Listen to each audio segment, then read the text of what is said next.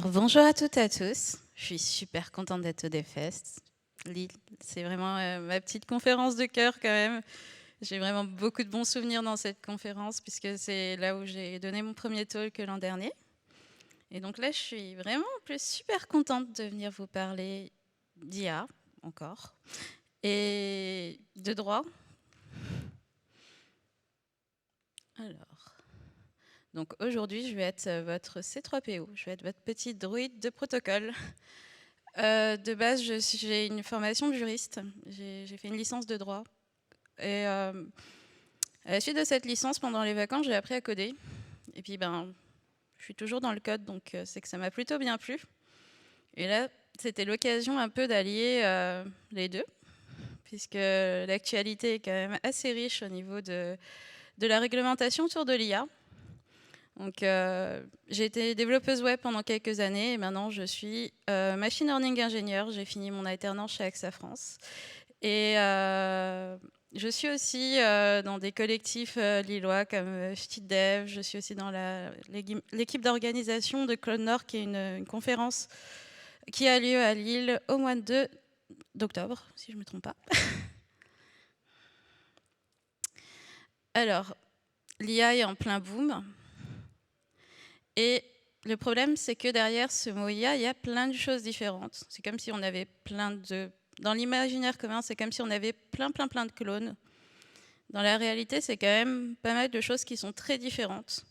On a multiplié ces derniers temps les usages, les outils. Avec ChatGPT, on ne parle que de ça. Et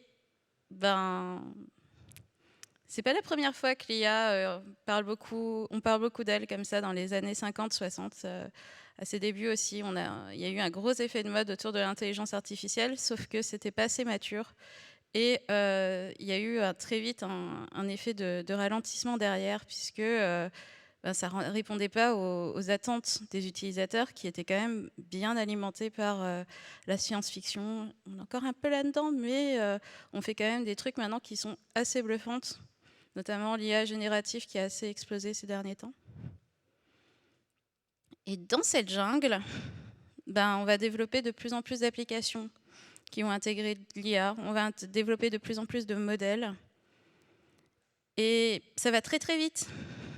Et Yoda, il a dit que le côté obscur, c'est pas être plus fort, c'est la voie la plus rapide, la plus facile et la plus séduisante. Et c'est un petit peu là-dedans qu'on est dans l'IA, dans cette jungle de choses qui sont des fois bonnes, des fois très mauvaises.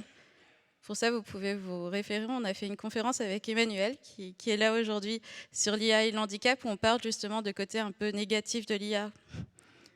En prenant l'exemple des personnes handicapées, ça nous apporte énormément l'intelligence artificielle, mais ça peut aussi nous exclure beaucoup. Donc autour de ça, on se rend compte que les utilisateurs, et même le métier, il ne sait pas forcément ce que c'est. Il veut de l'IA parce que l'IA, c'est à la mode, parce que l'IA, c'est le buzzword en ce moment.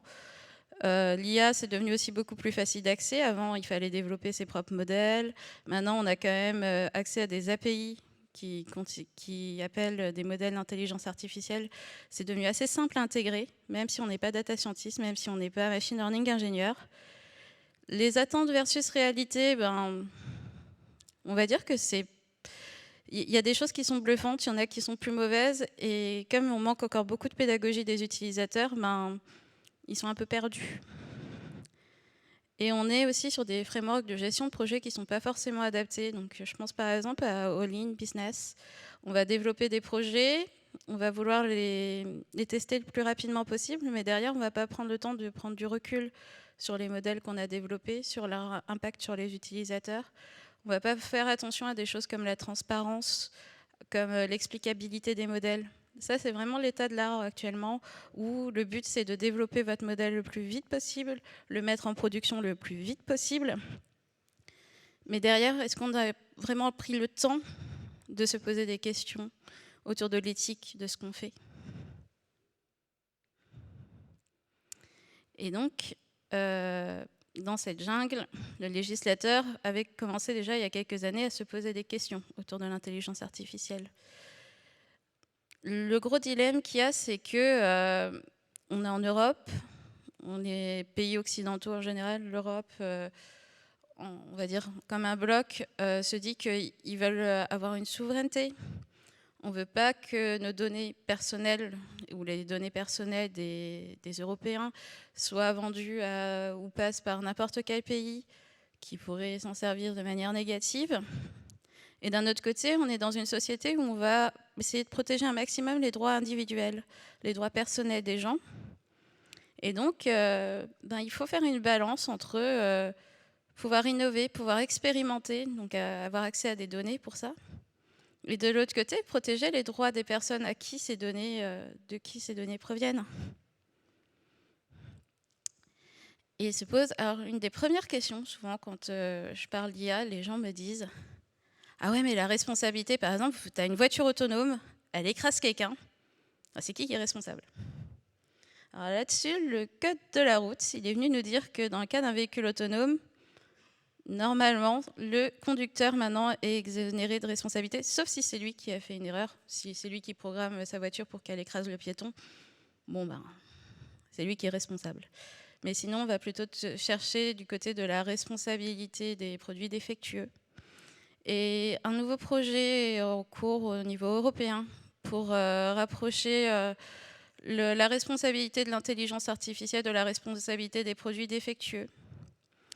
C'est vraiment intéressant et c'est vraiment important parce que cette question de, normalement, droit de la responsabilité, quand vous avez eu un dommage qui a été causé par quelqu'un ou quelque chose, vous devez démontrer que votre dommage a été causé par cette chose. Il y a une tempête, votre toit s'est envolé. Et dans le cas de l'intelligence artificielle, c'est quand même assez compliqué, c'est des fois des boîtes noires, vous n'avez pas forcément accès aux renseignements qui vous permettent de vous rendre compte que le problème vient de la manière dont l'IA a été conçue. Et donc, dans les projets de loi actuels, il y a un projet d'avoir une présomption de causalité. Donc ça, c'est vraiment très favorable aux victimes.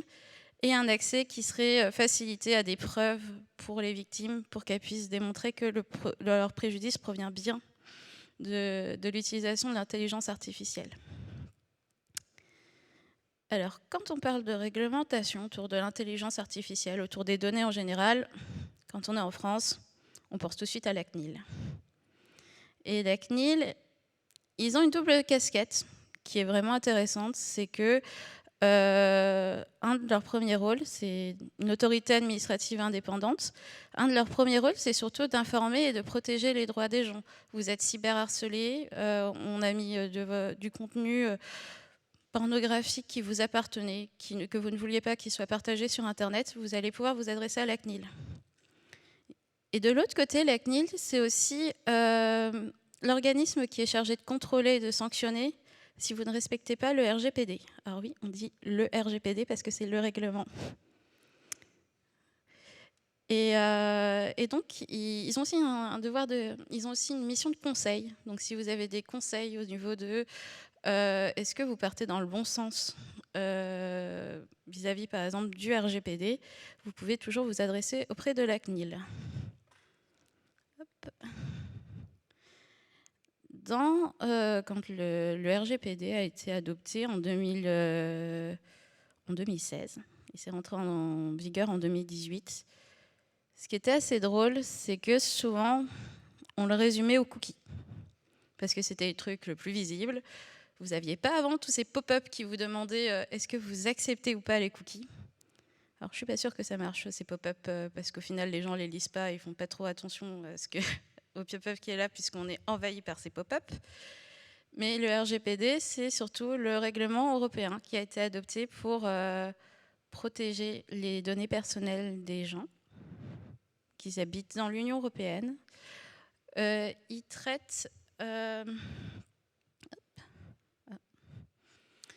il a plusieurs principes clés, donc prévenir les risques, collecter que les données nécessaires. Alors ça, c'est déjà un petit peu embêtant quand on travaille dans la LIA, parce qu'on se dit, plus on a de données, plus on peut expérimenter de choses. Là, le truc, c'est qu'il faut collecter que ce qui est nécessaire. Il faut constituer des bases de données qui répondent à certaines normes. Vous ne pouvez pas conserver des données ad vitam aeternam. C'est dommage, hein, ce serait peut-être pas mal. Avoir une finalité qui est différente. Alors quand vous faites de la data science, il faut distinguer la phase d'entraînement de la phase de mise en production. C'est que vous pouvez utiliser énormément de données pour expérimenter, faire des choses pendant la phase d'entraînement, mais après, derrière, il y a une seconde phase qui est la phase de mise en production. Et là, vous devez, ces données ont une nouvelle finalité et vous devez prendre que ce qui est nécessaire. Typiquement, il y a une entreprise dans le médical. Cette entreprise, elle avait décidé de faire une étude sur le cancer de la prostate. Il manquait de données négatives. Donc, ils avaient décidé de prendre toute la base de données de leurs cliniques partenaires, hommes et femmes biologiques, en se disant bah, c'est bon, on a des dossiers négatifs. Bah, la CNIL, elle a répondu non. Parce qu'en termes de finalité, de collecter que ce qui était nécessaire et de constituer des bases de données qui répondent aux normes, ils n'étaient pas du tout dedans. Des données qui concernent des patients qui ne sont pas concernés du tout par le problème, c'est un petit peu abusé. Et c'est aussi encadrer l'entraînement automatique. Alors ça, c'est un truc qui est un petit peu chiant quand on est développeur. Moi, quand j'ai appris à coder, on m'a dit, si tu veux être une bonne développeuse, il faut être feignant. Et donc, le réentraînement automatique, ça peut nous paraître être un truc super bien. Parce qu'on se dit, ben, cool, quoi, le modèle, il drift, on peut lui mettre certaines phases et puis lui dire, tu te réentraînes avec les données que tu as récoltées pendant la phase de mise en production. Ouais. L'idée, elle est pas mal. Hein. Moi, j'aime bien. Mais le problème, c'est que vous ne savez pas ce qu'il y a dans ces données. Vous ne les avez pas étudiées. Et donc, potentiellement, ces données sont de mauvaise qualité. Ou alors, ces données sont faux. Et surtout, des fois, ces données, ben, normalement, vous n'aviez pas le droit de les collecter.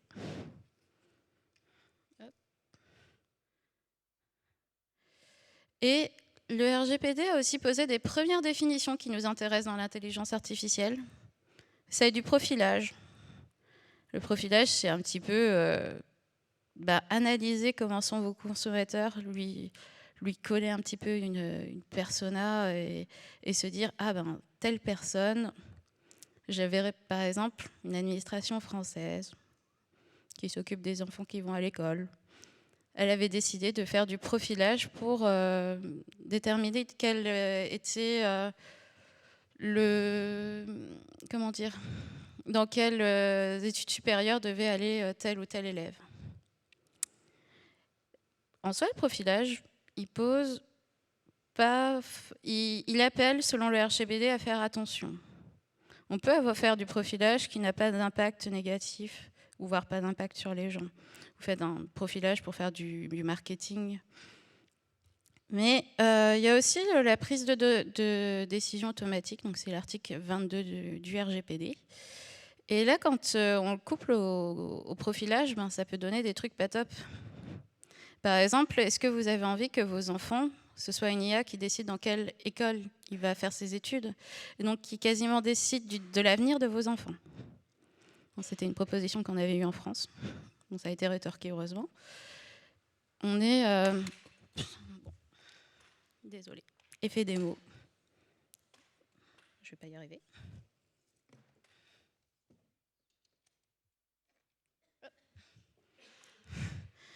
Hop. Et dans le cas de l'article 22, il ne dit pas que la prise de décision automatique est totalement interdite. Il dit surtout qu'elle doit être encadrée par un humain et que si elle existe, il faut qu'elle soit accompagnée de droits pour les usagers. Par exemple, vous pouvez souscrire à un crédit en ligne. Donc là, dans ce cas-là, c'est autorisé qu'il y ait une prise de décision automatisée suite à un profilage. Mais normalement, vous avez des droits, vous vous opposez au traitement. Et vous pouvez aussi demander qu'un humain intervienne. Parce qu'il ne faut pas oublier que les IA, elles font des erreurs. Les IA sont basées sur des statistiques. Ce n'est pas la réalité vraie. Elle va peut-être prévoir que vous avez plus de chances de défaillir. Elle va peut-être vous mettre dans la mauvaise case. Parce que peut-être que vous êtes handicapé, vous êtes une femme, vous êtes une personne née à l'étranger, et donc vous n'êtes pas foncièrement dans les bonnes cases dans le bon profil pour telle ou telle chose. Et ça peut être des choses qui ont des impacts assez importants, comme l'emploi ou des choses comme ça. Donc, il est autorisé la prise de décision automatique dans certains cas, qui sont bien encadrés, et il doit y avoir des droits en contrepartie. Et là, c'est la partie nouveauté. Alors là, je vais vous parler de l'IA Act, qui est sorti il y a très récemment. Alors, l'IA Act, c'est un texte qui a été adopté par le Parlement européen. Ça signifie c'est un texte de l'Union européenne. Et ça a son importance pour plus tard, parce qu'il y a d'autres entités européennes qui font des textes, et notamment des textes sur l'IA. Donc, il a été adopté très récemment, le 13 mars 2024. C'est un des premiers cadres contraignants de conformité des systèmes d'IA au monde. Et il y a un petit bout qui est pas à jour, mais bon, désolé. Et il dit que, en gros, sont concernés par ce nouveau texte tous les fournisseurs qui distribuent ou proposent des systèmes d'IA dans l'Union européenne, qui soient établis dans l'Union européenne ou dans un autre pays, tant que les utilisateurs visés sont européens, mais aussi les fournisseurs européens qui produisent des systèmes avec de l'IA. Et les entreprises qui sont utilisatrices d'IA dans l'Union européenne. Donc en gros, ça veut dire qu'elle nous concerne quasiment toutes, puisque maintenant on a à peu près de l'IA partout. Il y a des grands principes, c'est que on va mettre un peu plus de facteurs humains, on va essayer d'avoir toujours cette protection des droits fondamentaux qui est au centre de ce texte. Mais on va aussi essayer d'être plus transparent. C'est quelque chose qui a longtemps manqué dans l'IA, la transparence. Parce que comme je le disais au tout début, on a appliqué les patterns qu'on connaît en tant que développeur aux solutions d'intelligence artificielle. On a voulu aller très vite et des fois, on n'a pas pris le temps de se poser la question de l'explicabilité des modèles. On va faire plus de transparence et de documentation. On va avoir des tiers qui vont vérifier que ce qu'on fait est légitime, enfin pas légitime, plutôt que ce qu'on fait reste dans les clous. On va poser des questions de robustesse et de sécurité, parce qu'il y a quand même des problèmes, notamment de cybersécurité. Il y a eu une conférence cet après-midi, je n'ai pas eu le temps de la voir, mais j'ai hâte de voir le replay, sur justement la question de la sécurité des modèles, notamment des LLM. Et des principes de responsabilité et de confiance. Parce que le problème, c'est qu'avec la multiplication des IA, on peut aussi avoir l'effet que les utilisateurs prennent peur. Parce qu'on a déjà les images un petit peu d'Épinal des robots qui prennent le contrôle de la planète, ou ces choses-là, d'une IA qui deviendrait néfaste pour l'humain. Et donc, c'est pour ça qu'on pose ces questions de responsabilité et de confiance, parce que ces grands principes, ça aide aussi à ce que l'innovation soit soutenue par les utilisateurs. Alors, ils ont décidé, le Parlement européen, de partir sur un système de pyramide, en gros, basé sur les risques. Il y a des choses qu'on peut faire selon le risque que fait prendre votre IA. Alors, par exemple, une IA dans un jeu vidéo ou un spam, un filtre pour les spams, il considère que le risque il est minime. Le risque faible, ça va être par exemple dans la génération de texte ou d'images. Donc là, par exemple, c'est de la manière dont ça a été intégré assez récemment sur Instagram. J'ai généré cette image pour mon compte secondaire d'Instagram, voilà. Et il nous demande de signaler si l'image a été générée ou pas avec de l'IA. Ça permet aussi d'identifier les chatbots, parce qu'il y a quand même eu des histoires comme Elisa, qui est une IA qui a poussé quelqu'un au suicide. Parce qu'il y a des gens qui n'ont pas le recul pour se dire c'est une IA. Déjà, on manque je pense, en général, les gens manquent énormément de pédagogie autour de qu'est-ce que c'est une intelligence artificielle.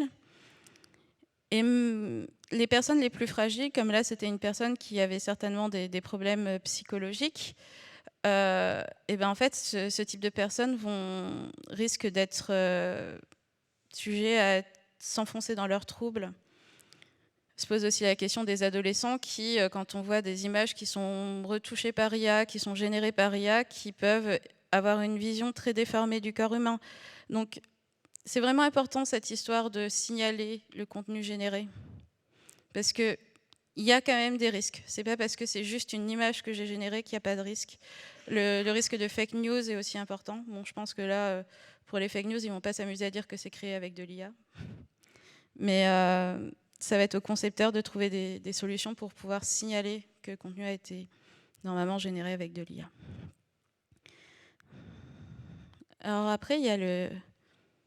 Je crois qu'il me manque encore... Ah non, ok.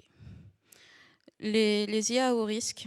Donc là, ça va être quand on touche à des domaines un peu plus spécifiques, la santé, la justice, l'éducation, le maintien de l'ordre, ou alors des domaines qui sont prévus par la Commission européenne, par exemple une IA dans un ascenseur. Ça peut être un petit peu dangereux, dans un jouet. En fait, là, on va commencer à mettre des obligations un peu plus fortes que juste d'informer. Ça va être l'obtention d'un marquage CE, et donc ça veut dire faire une déclaration de conformité. Ça va être s'enregistrer, donc ça veut dire qu'on va devoir faire de la paperasserie. Mais cette paperasserie, elle a quand même une utilité. Tout à l'heure, je disais que c'était un peu la jungle. Bah là, ça va nous permettre d'avoir peut-être le temps de se poser et d'analyser ce qu'on fait, et surtout de l'expliquer à quelqu'un d'autre. Et surtout, la dernière catégorie, c'est les IA au risque inacceptable. J'ai cherché plein d'appellations pour cela. Ils les ont appelées interdites, inacceptables. En réalité, elles sont acceptées dans certains cas qui sont encadrés par la loi. Mais c'est ce qui est un peu prohibé par l'IA Act. Et ça va être par exemple la manipulation inconsciente des comportements. Et ils ont fait des recherches. Certains chercheurs australiens ont fait des recherches là-dessus. Et ils ont pu montrer que l'IA était capable de saisir, en étudiant les choix que les personnes faisaient, comment les personnes faisaient leurs choix, et les influencer pour influencer leurs choix. Donc ils ont été jusqu'à faire ça sur des systèmes en disant que c'était des jeux d'argent ou des choses comme ça. Ça peut être aussi utilisé par exemple lors d'élections, pourquoi pas pour manipuler certains votes. Et donc ça, c'est des IA qui sont considérées comme interdites quand l'IA Act rentrera en vigueur.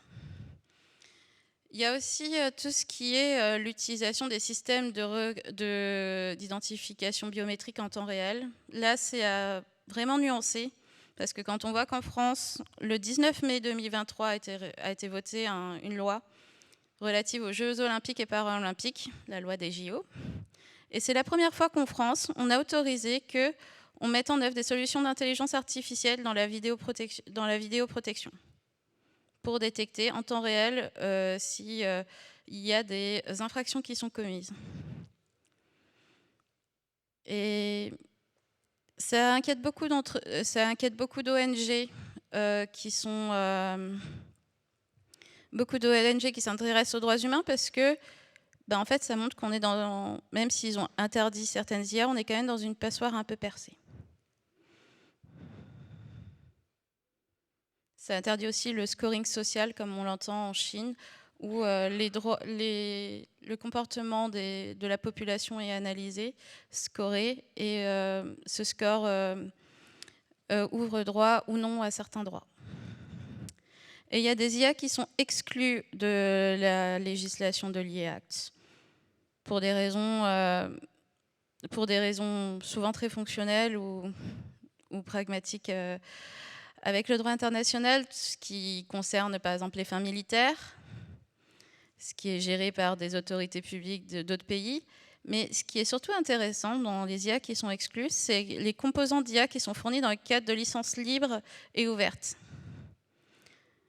Et ça, je trouve ça intéressant parce qu'on est quand même dans un milieu, l'informatique, où l'open source existe et le socle de beaucoup de choses qui sont faites dans l'informatique. Et donc, ça veut dire que ces IA-là sont, par exemple, les IA assez générales, ces IA que vous allez réentraîner pour les adapter à vos besoins, ces IA sont normalement exclues de la législation de l'IA Act. Alors, comment vérifier si on est en conformité?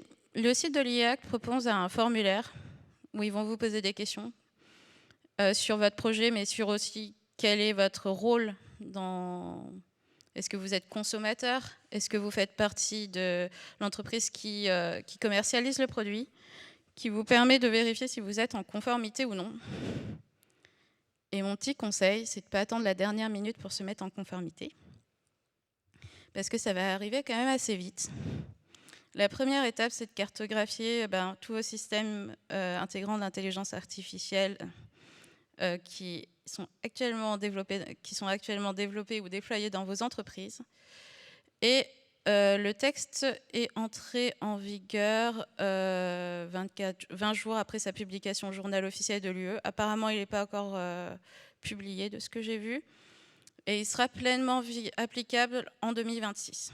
Donc ça nous laisse 2 ans pour analyser où on en est dans chaque entreprise et se mettre en conformité, sachant qu'il y a des choses qui arrivent en vigueur beaucoup plus tôt. Les pratiques interdites, elles vont être prohibées dès 6 mois après l'apparition au journal officiel. Et voilà, tous les codes de pratique, c'est 9 mois. Et les règles qui concernent les IA usage général, donc ces modèles qu'on réentraîne souvent derrière pour les adapter à nos problématiques, ce sera dans 1 an. Et les sanctions, parce que j'ai perdu des slides, j'ai l'impression, mais bon. Les sanctions, elles se rapprochent de celles qu'on a avec le RGPD. C'est qu'il y a des sanctions financières qui peuvent aller jusqu'à 7% du chiffre d'affaires annuel mondial. Oups, il y a eu un raté sur mon slide.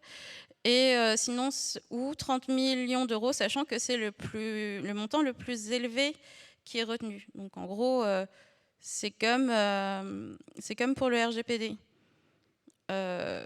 Les sanctions sont assez lourdes pour vraiment avoir un effet dissuasif. On n'est qu'au début de la législation autour de l'IA. Il y a encore beaucoup de choses qui doivent être mises en place. Il y a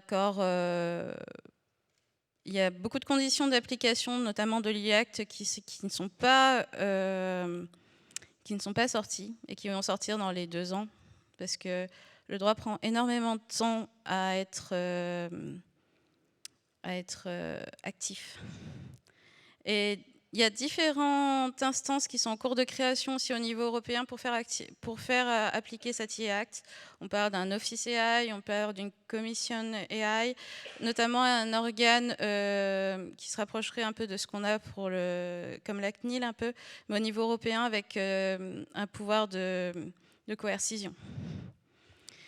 Et il y a d'autres textes qui sont en projet pour compléter cette IA Act, notamment le texte que je parlais tout à l'heure sur la responsabilité de l'intelligence artificielle, où c'est vraiment des questions qui sont assez importantes parce que les problèmes de fiabilité, on intègre de l'intelligence artificielle dans beaucoup de choses. Il va falloir ça va créer des soucis plus ou moins rapidement. Et il va falloir quand même protéger les gens de ça. Le Conseil de l'Europe, alors là, c'est assez compliqué de ne pas s'y perdre quand on n'est pas juriste, pour le coup. Alors, vous avez le Parlement européen et vous avez le Conseil de l'Europe qui est une autre chose. Le Conseil de l'Europe, c'est beaucoup plus large. Par exemple, vous avez des pays comme la Suisse. Avant, il y avait même la Russie qui était dans ce Conseil européen. Et c'est